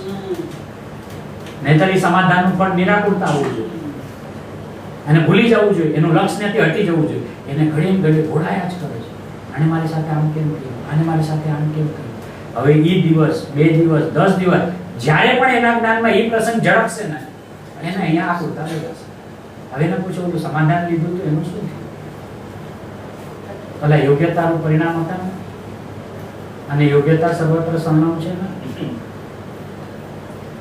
આને તો ભાઈ નાવાની જોવાનો કોઈ સંબંધ ન રાખ્યો તમે. એવું છે પણ ખરેખર એવું છે. આજે આપણે દરેક જીવ પોતાની જાત સાથે એકવાર ખાલી ઈમાનદારીથી એ બેસે તો એને એનું જ્ઞાન જવાબ આપશે કે આ બધી બેઈમાનીના પરિણામ છે એટલે હું સુખી નથી થતો. બરાબર. સુખી ન થવાના બીજા કોઈ કારણો નથી. મને કાંઈ નથી સમજાતું એવું નથી, મને સમજાય છે, પણ મને જે સમજાય છે એવું વસ્તુનું સ્વરૂપ નથી.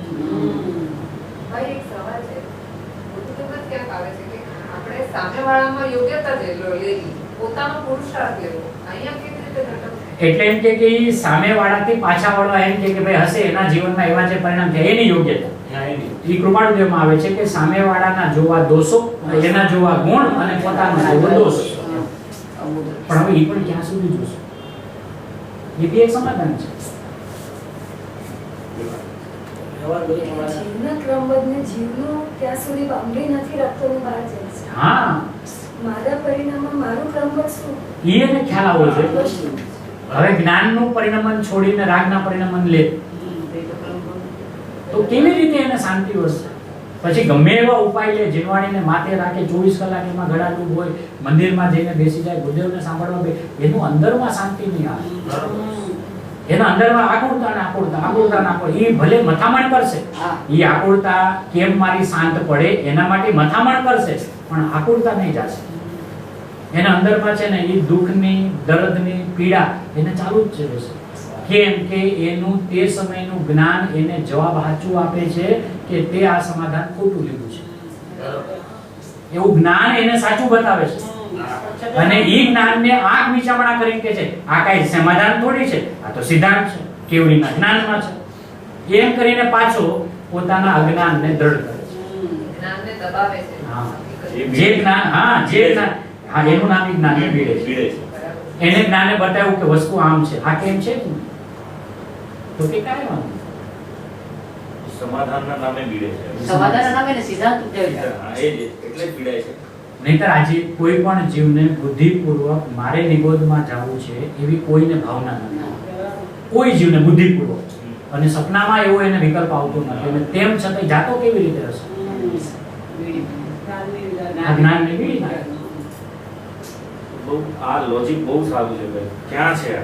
ક્યાં બોલ? દ્રવ્યમાં ક્યાં છે? લાવો હવે. મને કે ભાઈ ઈ પર્યાય અત્યારે નથી, હા, બહુ સરસ. પણ રાગ છે એમ તું કે છે તો એ રાગનું સ્થાન બતાવ્યું અત્યારે ક્યાં બિરાજમાન છે? કારણ કે હોય તો થાય હોય તો થાય. અને એનું હોવું અનિવાર્ય છે. હા. અને જેની સત્તા હોય ક્યાંક તો હોય ને, તો બતાવો ક્યાં તારા દ્રવ્ય ગુણ પર્યાયમાં અત્યારે રાગ ક્યાં પડ્યો છે બતાવો. હવે એને વિચાર તો કરવો પડશે ને એ જ વિચારવા કે થનારી પર્યાય પ્રગટ નથી થઈ, દ્રવ્ય ગુણમાં છે છે નહીં. નહીં. અને મારે શું તો ક્યાં છે?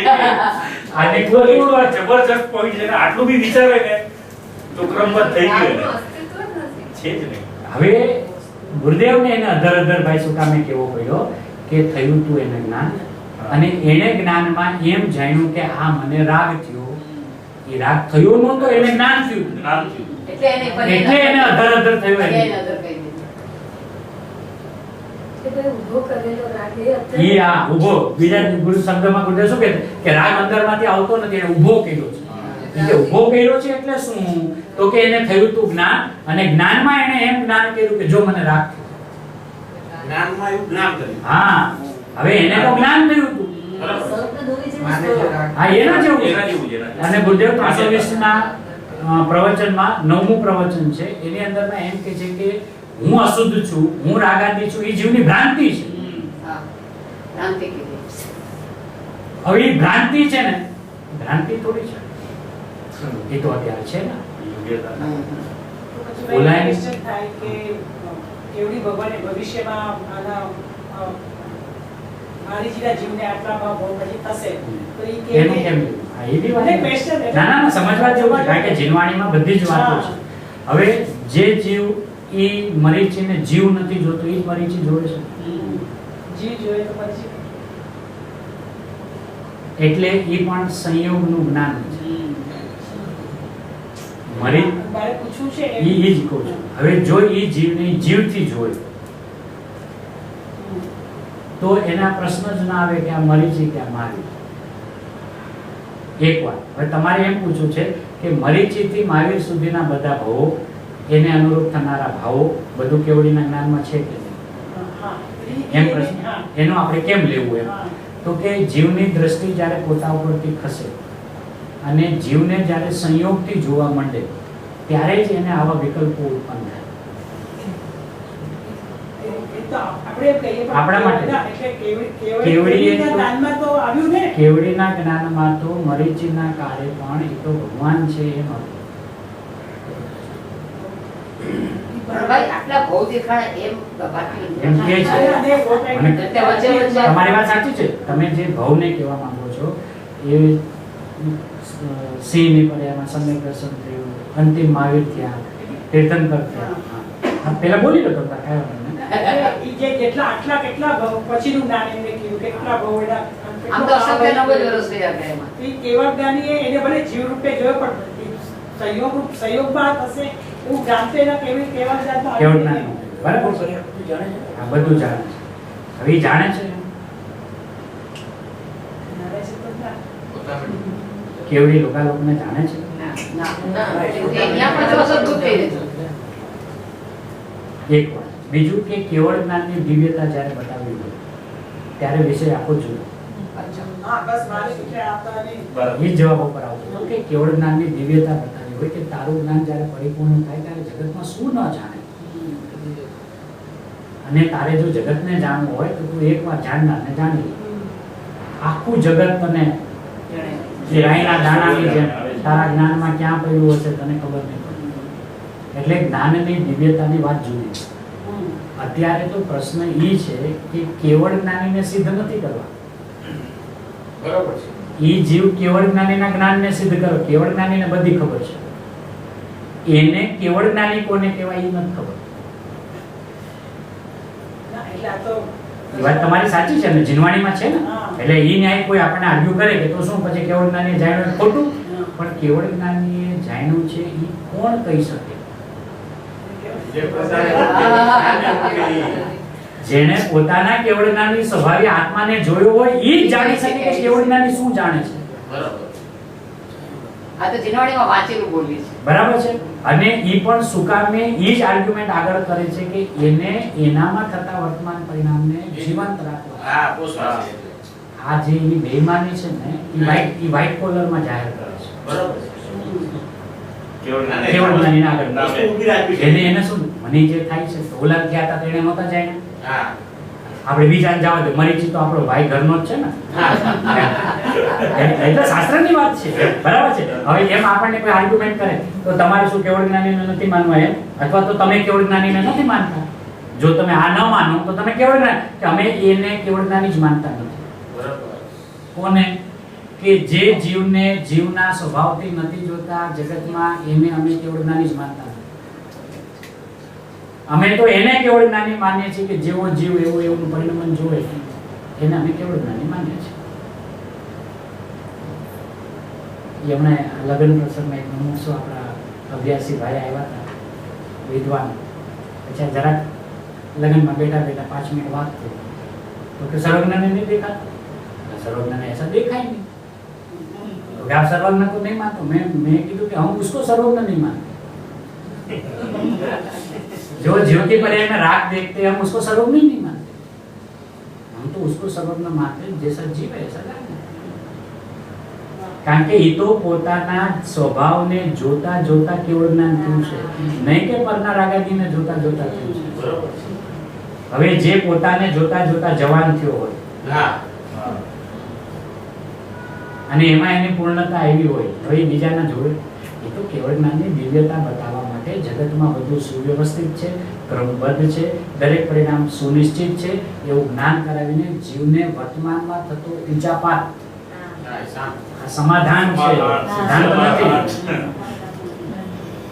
એ સિદ્ધાંત એને શાંત પાડવા કહે છે। એ બધું કેવડીના જ્ઞાનમાં પહેલેથી નિશ્ચિત છે। તો ગુરુદેવે સંપ્રદાયમાં રણકાર હું કામ કર્યો, એને કેમ ખટક્યું કે આપણો પુરુષાર્થ શું કામ કરે, જો કેવડી જેટલા ભાવ દીધા હોય એટલા થવાના જ છે। હા તો ગુરુદેવને કેમ અંદરમાં આગ લાગી, હજી તો સમય સાથ તો પછી મળ્યું, એની પહેલા આગ લાગી કે તું કોને સર્વજ્ઞ માને છે, કે જેને સ્વભાવ તરફ વળે છે એના ભાવ કેવડીએ દીઠા જ નથી। તો શું તમે ગુરુદેવ કેવડીને નથી માનતા, એ કે અમે એને કેવડી માનીએ છીએ કે જે જીવોના ભાવ ન જુએ, હા, એ. તો રહીશ છે તો ભોસકે એમ એનું નામ કેવડી છે। સભાને મુક્ત કરે। હવે આ કે છે અમારા રાગ, હવે આપણા રાગનું પોષણ કરવા કોઈને મોટા પુરુષોને આગળ કરે, સમાજમાં કોઈની તાકાત છે તેની ના પાડે, હા બાપનું નામ લીધું દીકરાની ના પાડે, તાકાત છે કે ના પાડે, પણ લઈને આવ્યો ને ત્યારે ખબર પડી કે આ માએ મારે કપટ કર્યું। એટલે વર્તમાનમાં હું સિદ્ધ છું, એના બદલે હું સંસારી છું. હા એ કપટ કર્યું ત્યારે એને ખબર પડી કે માં તે મને કીધું હોત, આ માં ઘણી વાર દીકરાને દુઃખ થઈ જાય ને કે તું કે તું ન જા, તે પપ્પાનું નામ કેમ લીધું? હવે હું તારું ભવિષ્યમાં કોઈ કામ નહીં કરું, તું સાચું પણ કહીશ ને કે આ પપ્પાએ જ કીધું, તું નહીં જ કરીશ, પપ્પાના નામે ચરી ખાય છે એમ એને ખબર પડી ગઈ ને। હવે કોઈ એમ કહે ને કે કેવડી એના જ્ઞાનમાં રાખ, હું એની વાત માનીશ, આ ખોટું બોલે છે। એ એના રાગને પોષણ કરવા માટે કેવડીને આગળ ધરે છે। કેવડીએ તો એના જ્ઞાનમાં જ્ઞાન થતું જોતા હોય, બીજાના જ્ઞાનમાં બીજા જીવના પરિણામમાં રાગ થતો જ હોય। બરોબર પણ આ હિંમત હે એટલે અંદરથી થાય છે હા આ એના અંદરમાંથી હિંમત નથી આવતી, કેમ કે એનું વર્તમાન પોતાનું વ્યક્તિગત ખેડાણ નથી, એ પોતે પોતાના સ્વભાવની અંદરમાં પેશે, એમાંથી માલ કાઢે અને એની નિસંગતા જે આવે એ સર્વજ્ઞ એને શિરોમાન્ય હોય, પણ એ એવા સર્વજ્ઞના નામે જો કોઈ કઈ ચરી ખાતા હોય એ વાત એને મંજૂર ન હોય, એ કે આવા સર્વજ્ઞ તમે લાવ્યા કેમ? કારણ કે એ આચાર્ય એમ કહે છે કે કેવડી લોકાલોકને જાણે છે એ અસદ્ભુત વ્યવહારને એનું કથન છે, ને પોતાની પર્યાયને જાણે છે એ જો સદ્ભુત હોય, એ બી સદગુણ અને વ્યવહાર એ જો સદ્ભુત અને વ્યવહાર હોય વિવાદ સર્વભૂતા તો પછી ભાઈ આ વાત વિશેષ છે। એ કેવળ જ્ઞાનની સિદ્ધિ માટે વાત હતી, કેવળ જ્ઞાનની દિવ્યતા માટે વાત હતી, બીજા જીવોના કેવળ જ્ઞાન દ્વારા એ જગતમાં શું ન જાણે એમ બતાવે અને એવું જ્ઞાન વર્તમાનમાં તારી પાસે પડ્યું છે એમ બતાવીને મોટા પુરુષોને આગળ કરાય તો એમ આગળ કરાય, આમ નહીં આમ નહીં। હા અને આમ જ કરતો અને હા એ આમ આગળ કરે, એને કે આગળ તમારે એને કરવા છે ને તો એની જેવી દિવ્યતા છે એવી દિવ્યતા મારામાં હટાવો। સંસારમાં કોઈ મોટા પુરુષને એવી રીતે આગળ કરે કે મારું કંઈ કામ થઈ જાય, અહીંયા તો એવી રીતે મોટા પુરુષને આગળ કરે કે તારું કામ થાય। કામ થાય ને, કામ માટે મોટા પુરુષોને આગળ કર્યા છે અને એ એનું કામ કર્યું છે એટલે મોટા થયા છે ને, હા એમના મોટા કોઈ એને એ કીધું સમજ્યું નથી। ને કે આ ન્યાયને રોજ દીવો કરે। આમ તો 70 80 વર્ષના હોય પણ ઘરમાં અથડાતા હોય અને ઓલો 20 વર્ષનો હોય પણ બહુમાનમાં આવતો હોય, કારણ કે એને જીવનમાં એવું કઈ ઉત્કૃષ્ટ કાર્ય કર્યું છે ત્યારે ઈ મોટા કહેવાના છે। હા મૂળ સ્વભાવને આપણે સંસારમાં એવું જ કરીએ છીએ ને, કોઈની સગાઈ કરે કે આ મોટા જાતમાં આગળ કરો હા તો આપણું કામ થઈ જશે, કામ થઈ જશે। પણ અહીંયા નથી વિચાર કરતો કે આ મોટા છે ને આગળ કરે તો આપણો નાયક મળી જશે। નાયક મળશે ને આજે ઈ વાત જો અંતરમાંથી એને વેદનાપૂર્વક નહીં ખ્યાલ આવે ને ભાઈ તો આ જીનવાણી વાંચીને ગુરુનો ઉપદેશ સાંભળીને સમય વ્યર્થ થયો છે। ભાઈ તમે જે આ જ્ઞાનની ક્રમબદ્ધની પર્યાયની જે વાત કરી ને હમણાં કે જ્ઞાનની પર્યાય જ ક્રમબદ્ધ છે, બાકી તો કોઈ નથી। તો આજે ઘણા વર્ષો પહેલા શાંતિભાઈના ઘરે પ્રકાશભાઈનું પ્રવચન હતું, અમે રાતે જતા હતા ત્યારે ભાઈએ એક શબ્દ બોલ્યા કે જેને સામાન્ય ઉપયોગની પર્યાય જેને સમજાશે ને એને સૌધર્મ ઇન્દ્ર જેટલું પુણ્ય થશે. અને ઘરે આવીને ભાઈ એટલો વિચાર આવ્યો કે વાત કરીશું શુદ્ધાત્માની અને સૌધર્મ ઇન્દ્રનું પુણ્ય કેમ લીધું. થોડી વાર બેસી ગયું, હે જ્ઞાન જે જવાબ આપવો એ આપજે. જ્ઞાનને જવાબ આપવો પડશે. ભાઈ કે કોઈને પ્રશ્ન પૂછવા જવું એ તો તારી ખરાબ આદત છે એમ કે તારો ગુરુ બનાવવો જોઈએ. ત્યારે એવો વિચાર આવ્યો. ભાઈ નહીં માનો તમે 15 મિનિટ પછી વિચાર આવ્યો કે સૌધર્મ ઇન્દ્રનું પુણ્ય એટલા માટે બતાવે છે કે બીજા ભવે ઈ મોક્ષનો અધિકારી છે. અને સામાન્ય ઉપયોગને તું સમજીશ તો બીજા ભવે તારો પણ મોક્ષ છે. એ આ જ જ્ઞાનની પર્યાય દીધી ને ભાઈ ક્યાંનું મગજમાં ઈ ચાલશે. એક બહુ તારી થઈ ગયો. હા હવે બહુ ન હોય એમ. બહુ ના હોય. આજે બી આવે. એટલે ભાઈ સામાન્ય ઉપયોગની પર્યાયનો કેટલી તાકાત છે કે આખા જ્ઞાનમાં એને આજે એને છેલ્લો શબ્દ એ વાપર્યો કે આખું શબ્દ બ્રહ્મ શબ્દ તો વાચ્ય છે પણ વાચ્ય આખું જગત જણે છે. જગત તો કહેતા આખું જગત જણે છે. એમ આત્મા કહેતા એને આખા આત્માના દ્રવ્ય ગુણ અને પર્યાય બીજાના આત્માના દ્રવ્ય ગુણ પર્યાય જાણે છે. એ આજે ભાઈ તમારી વાત સાથે એટલું બધું સંબંધ થઈ જાય છે. એટલે આ ગુરુદેવની જ બધી વાત છે. હા. આપણે તો એમ કે ખાલી આપણી દ્રષ્ટિની અંદર પણ આપણું લક્ષ્ય ક્યાં જાય આ ખેડાણ કરવાથી કે એને સમજાવવું જોઈએ ને. આપણો એક point બી આજે સમજાય જાય. ક્રમબદ્ધ અને ક્રમભંગ અને યોગ્યતા આજ મારો લે સમજાવવા આ રીતે જે આપણે અત્યાર સુધી સમાધાન અને સિદ્ધાંતમાં આવી રીતે સમજતા નથી. અને સમજતા નહોતા. અને ખ્યાલ આવવો જોઈએ ભાઈ કે અમારી ભૂલ થાય છે કારણ કે આજે આપણે આપણા જાત સાથે ઈમાનદારીથી બેસું તો આપણો ભગવાન આત્મા છે ને આપણી પાસે જવાબ જવાબ આપશે. આપશે. આજે ભૂલ થઈ છે તો એનો મતલબ એમ નથી કે ભૂલ નથી ટળવાની, પણ ભૂલ થઈ છે મારા ન સ્વભાવને સમજવાની. તો એ સ્વભાવને હું જ્યારે પ્રીતિથી પ્રેમથી એના તરફ ઝૂકું ને એ મને જવાબ ના આપે એમ બને કેમ છે છે? બને છે. અને એ જવાબ જે અંદરમાંથી આપણને આવે છે જીવવાણીમાં હોય જ. હોઈ શકે કે એ શબ્દ ત્યાં ન હોય પણ એનો ભાવ હોય, બરાબર છે. એનો ભાવ હોય. અને આજે આપણી પાસે ઉપલબ્ધ પણ કેટલી છે જીનવાણી. જીનવાણીનો પણ આધાર આપે તો આપણી પાસે છે કેટલી આ કાળ પ્રમાણે ઘણી ગાંઠી જીનવાણી. હા ઘડી તો વહી ગઈ. આજે 4 અનુયોગ આપણી પાસે પરિપૂર્ણ ક્યાં ઉપલબ્ધ છે? દ્રવ્યાનુયોગના અને એ આખું દ્રવ્યાનુયોગ ક્યાં ઉપલબ્ધ છે? એના પણ અમુક શાસ્ત્ર. અને એ વાંચીને આપણે એમ કહી દઈએ કે એવું કઈ કે અમને વાંચવામાં જ નથી આવ્યું કે ભાઈ એમ નથી. તું સ્વભાવની સાથે બેસ અને આવું જ વાંચવામાં એટલે આવું જ તને જાણવામાં આવશે. બરાબર. શબ્દ મળે જ નહીં. શબ્દ મળે છે નહોતા. બરાબર છે. મારે તો મારું કામ છે ને મને જગતનું કામ નથી. જગત શું કહે છે, શું મારા વિશે માને છે કે ગુરુદેવ આજે આટલા બધા અંદરમાંથી નિર્ભય કેવી રીતે હતા કે જગતમાં અમારા વિશે જે માનતા હોય માને. તો કે એ અમારા વિશે જેમ ઘણીવાર રામજી બાપુજી કહે કે સાહેબ તમારા વિશે આવું આવું માને છે અને તમારા વિશે આવા એ બધા આક્ષેપો મૂકે છે. તો ગુરુદેવ શું જવાબ આપે? એને અમને જોયા છે કેવી અમને જોયા નથી. તમારો આટલો વિરોધ કરે છે અને તમે કહો છો તમને જોયા નથી. તો હું ચૈતન્ય છું, એને મને જોયો છે. ઈ જેને જોવે છે એવો તો હું છું નહીં. અને જેવો હું છું એને મને જોયો નથી. કેટલો ઠરેલો જવાબ છે. કેટલો ઠરેલો જવાબ. એટલે એને આમ ખુલ્લા જીવ પ્રત્યે એમ કાંઈ જ નહીં એમ.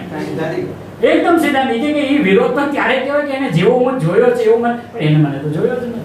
પોતાને જોશે તો એ ગુરુદેવને જોશે. હવે ઈ એને જોવે અને અહીંયાથી જે કહેવામાં આવે છે એને ખોટું લાગે તો કે છે એટલે કે મિલાન કરીને કે તો તારી જાત સાથે તું જીનવાણીમાં મિલાન કરવા ન જા.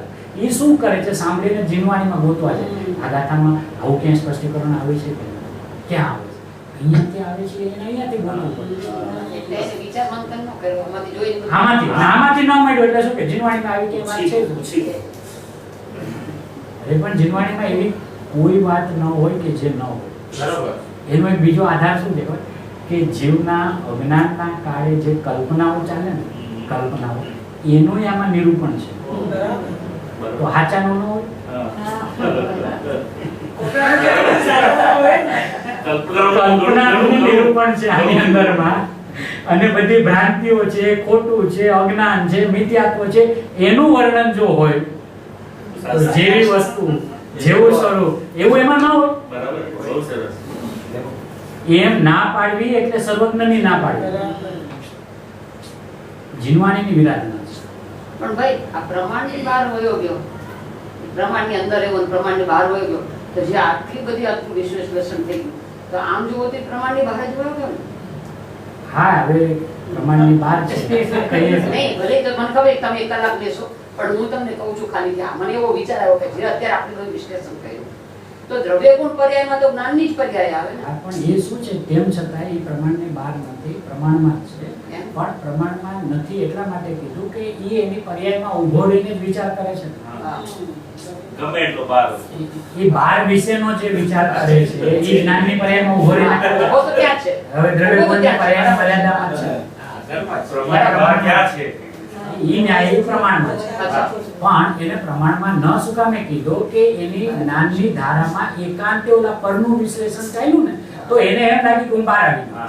પણ બહાર વાળાનું વિશ્લેષણ તો મારા જ્ઞાનની પર્યાયમાં ચાલે છે ને, અને ઈ મારી જ્ઞાનની પર્યાય મારા જ્ઞાન ગુણને પકડીને રાખ્યો છે અને મારા ગુણે મારા પ્રમાણને પકડીને બહુ રાખ્યો સરસ.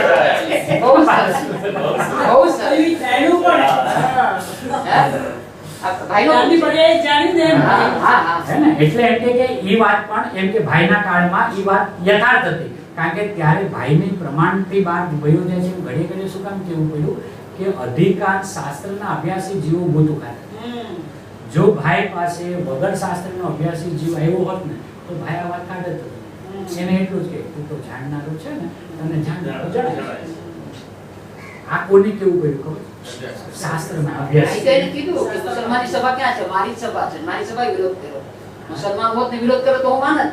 નહીં, મારું એમ બીજું કેવું છે હા. કે શાસ્ત્રના અભ્યાસી જીવો હા, હોય ને, એટલી શું છે? એને આપણે તમે તો- સીધી વાત કરો ને હા. એને ન ગળ્યો. આના અપલખણ છે.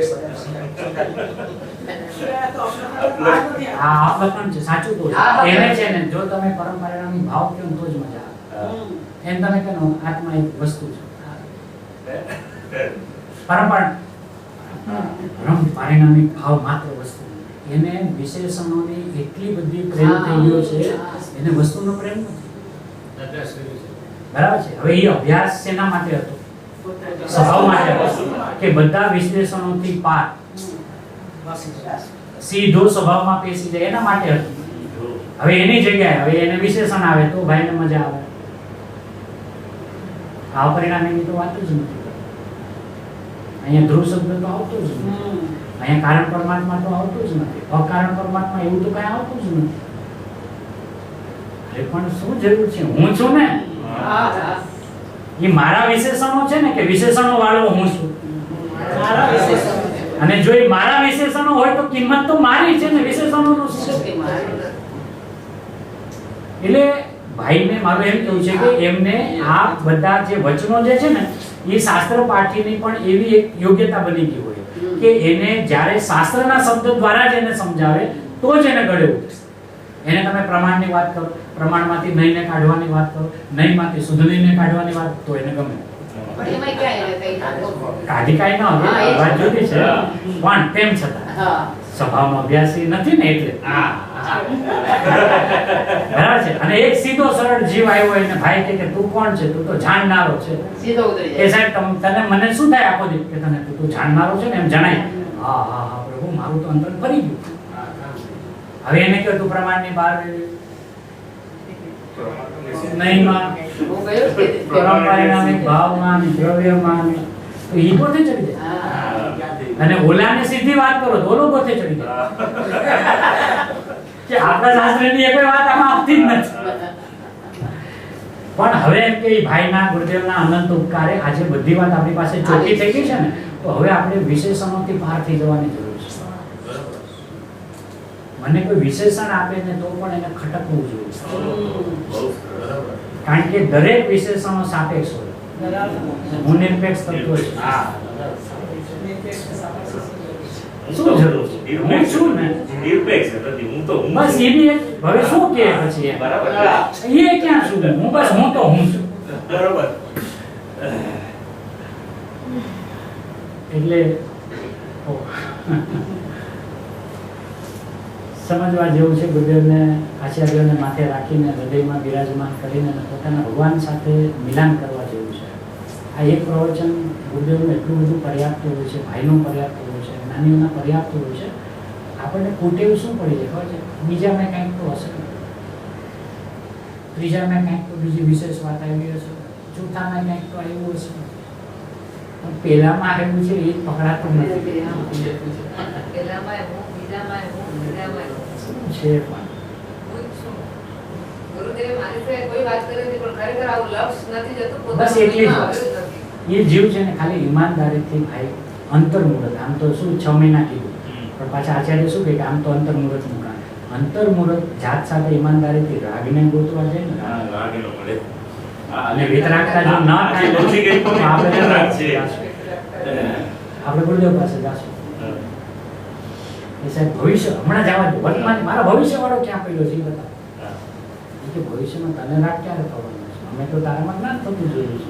રાગ થવાનું જોયું જ નથી. છે જ નહીં તો કેવી રીતે? બરાબર. બહુ સરસ. હૃદયમાં નથી, મૂળમાં નથી, હૃદયમાં નથી. આવું કે એ જેમ ચેતનભાઈ નિયમ સારનો જે આધાર આપ્યો હતો ને, કે જેને અમે તો જ્ઞાની એને કહીએ છીએ કે જેને એનું કારણ પણ શું અને એનું કાર્ય પણ શું, અને એ છોડીને જે કાંઈ છે એ તો અજ્ઞાનની વિકલ્પનાઓ છે. વી કરો વિકલ્પના. અજ્ઞાનીઓ શબ્દ પ્રયોગ ન કરો. અજ્ઞાનની. અજ્ઞાન. બરાબર. અજ્ઞાની શબ્દ કોઈને કહેવા જેવો નથી, સાંભળવા જેવો નથી ને સંભળાવવા જેવો નથી. બરાબર છે. બહુ સરસ. અંદરમાં વેદના થવી જોઈએ. કે ધનવાનને કોઈ ભરી સભાની અંદરમાં ગરીબ કહીને ઉછાળે છે, એવું આ છે ને મેણાટોણા વાળો શબ્દ છે. બરાબર છે. સાચી વાત. અને ઈ મેણાટોણા વાળો શબ્દ આચાર્યએ આપણને જગાડવા માટે કહ્યો છે કે તું અનંત શક્તિનો ધારક હોવા છતાં તું મૂઢ છે. એ મૂઢ કહીને એને જાગૃત કરવો છે, એને મૂઢ કહીને ઉતારી નથી નથી પાડવું. પાડવું. પણ એને અધિકાર છે. 1 કોટીના જીવ હોય એને એ શબ્દ પ્રયોગ ના થાય. એને તો બસ હું ભગવાન નથી. બરાબર. એવી સર્વજ્ઞ પરમાત્માની અપૂર્વ વાત આચાર્ય ભગવાન દ્વારા ગુરુદેવે જે રીતે સ્પષ્ટ કરી છે એ જ આપણા જ્ઞાન સિદ્ધાંતમાં રહે, એ જ મંદિરની